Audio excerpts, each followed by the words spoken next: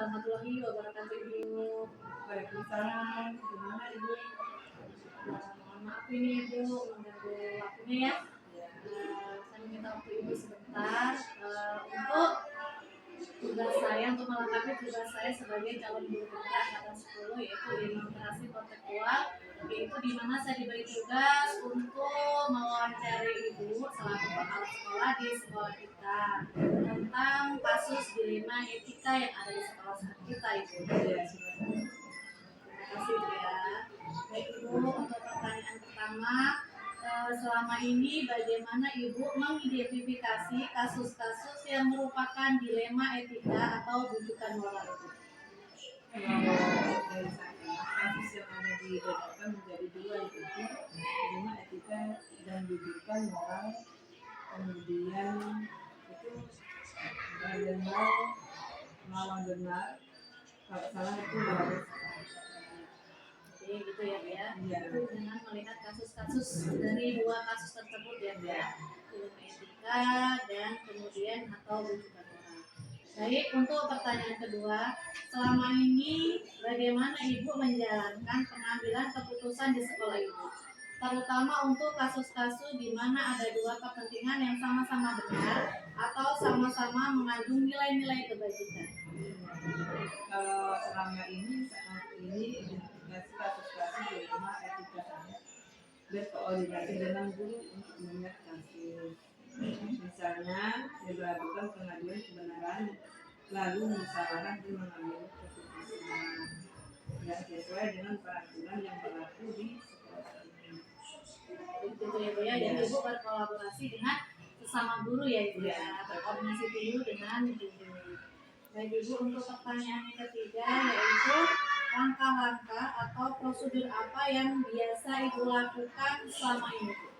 Kalau langkah-langkah yang saya lakukan selama ini adalah langkah prosedur yang saya lakukan dalam pengambilan keputusan selama ini dengan melakukan analisis kasus, melihat siapa saja yang terlibat, nilai apa saja yang bertentangan, data fakta yang mendukung serta melakukan uji kebenaran atau salah.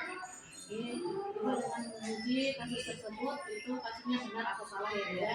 Baik, untuk pertanyaan keempat, hal-hal apa saja yang selama ini Ibu anggap penting gitu, Bu?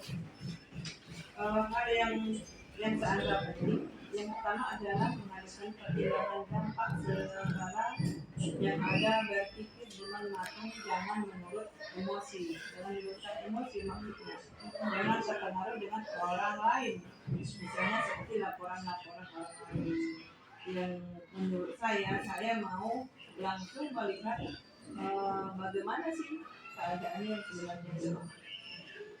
Jadi untuk melihat bagaimana kasus tersebut efektif atau tidaknya dalam pengambilan keputusan, bahwa kita dengan melihat fase pertama kita harus bisa menahan emosi ya, Bu ya. Menahan emosi, terus tidak menerima masukan dari pihak-pihak lain.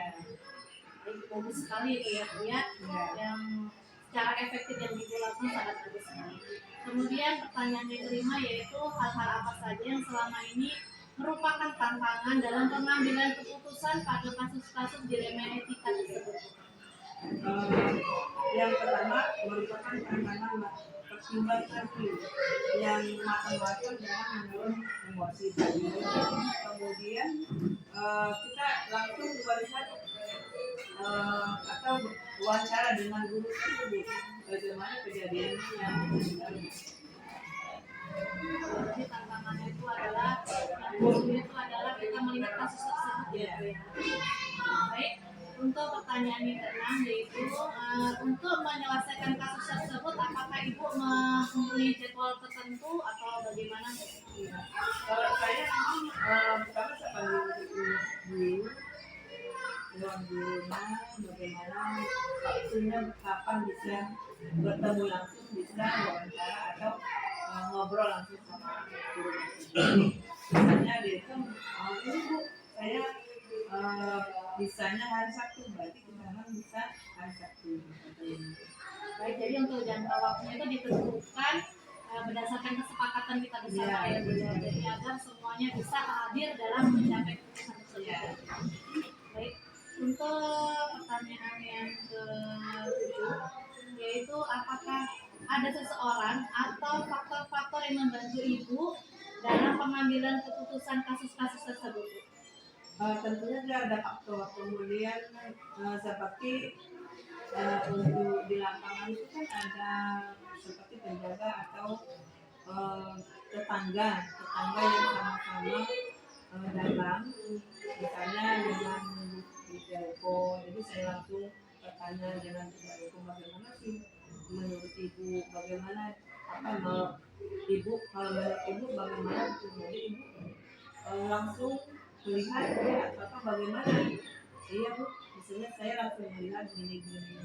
Nah, aja saya tidak mengambil keputusan langsung. Jadi saya tanamkan dulu di hati bagaimana untuk besoknya saya keluarkan waktu untuk bertemu dengan kegiatan yang lainnya. Kalaupun nanti sama dan antara yang satu dengan kegiatan yang lain, maka saya panggil guru tersebut yang mempunyai kasus. Jadi dalam penjelasan ini kita untuk mendampingi ibu dalam penyelesaian kasus tersebut itu kita mengajak penjaga sekolah yang dengan mungkin akan menghadirkan guru ya, jadi memang itu adalah guru, penjaga, dan termasuk ada wali murid. Baik ya Bu, untuk pertanyaan yang terakhir yaitu dari semua yang telah ibu sampaikan, ada pembelajaran apa yang ibu dapat atau yang ibu petik dari pengalaman ibu saat mengambil keputusan tersebut? Kalau pengalaman saya, pembelajaran yang saya ambil dari tersebut adalah bagaimana tidak ketika yang selanjutnya dilakukan pengaduan masyarakat sistematis sesuai dengan pandangan kinerja dewan. Itu ada berdasarkan penjalanan sertifikat. Jadi kita mengikuti pembelajaran dewasa yang sesuai dengan beliau ajarkan. Baik Bu, kalau begitu cukup sampai di sini wawancara kita pada hari ini. Terima kasih Ibu sudah menyempatkan waktunya untuk berbincang dengan saya. Semoga kita semua tetap dalam keadaan sehat ya Bu ya. Saya akhiri. Wassalamualaikum warahmatullahi wabarakatuh.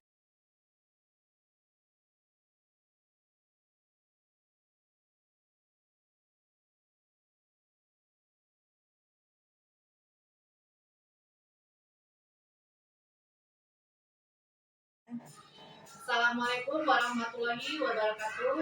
Saya Ibu Ima Ariyatina, CGB Angkatan 10 Kabupaten Waikanan. Pada kali ini tugas demonstrasi kontekstual yaitu wawancara dengan Ibu Kepala Sekolah.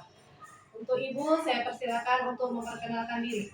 Assalamualaikum warahmatullahi wabarakatuh. Perkenalkan, saya Ibu Herma sebagai Kepala TK dan Wanita Bakti Negara Kecamatan Darudatu, Kabupaten Waikanan. Sukses selalu buat Ibu Ima untuk tugas-tugasnya.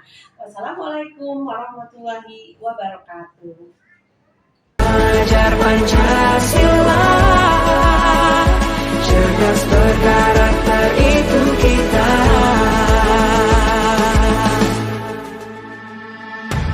Beriman dan bertakwa pada Tuhan yang Maha Esa. Berakhlak mulia, berkebinekaan global kita.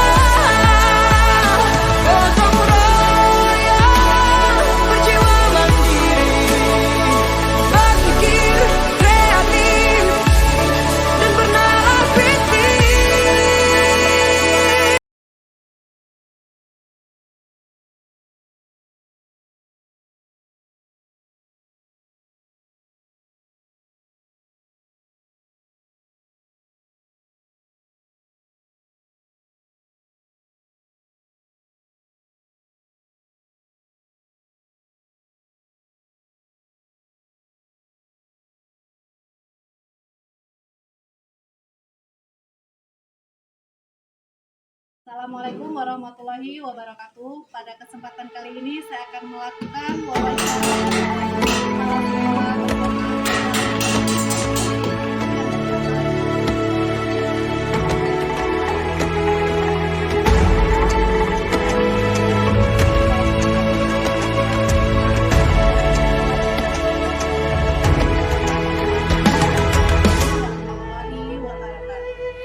Ayo memilih apa yang kau suka.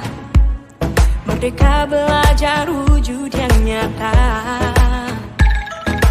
Raih mimpimu juga cita-cita. Generasi emas Indonesia. Profil pelajar Pancasila tanamkan di dalam dada. Profil pelajar Pancasila, cerdas berkarakter itu kita.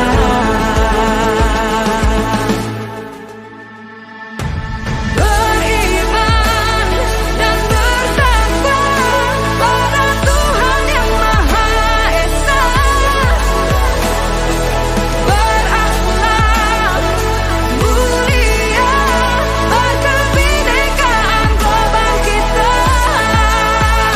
Gotong royong, berjiwa mandiri, berpikir kreatif dan bernalar kritis.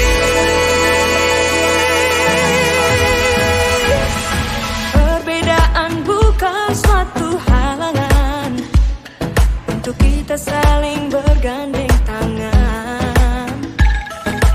Bhinneka Tunggal Ika, semboyan negeri kita yang harus kita jaga bersama. Profil pelajar Pancasila tanamkan di dalam dada. Profil pelajar Pancasila,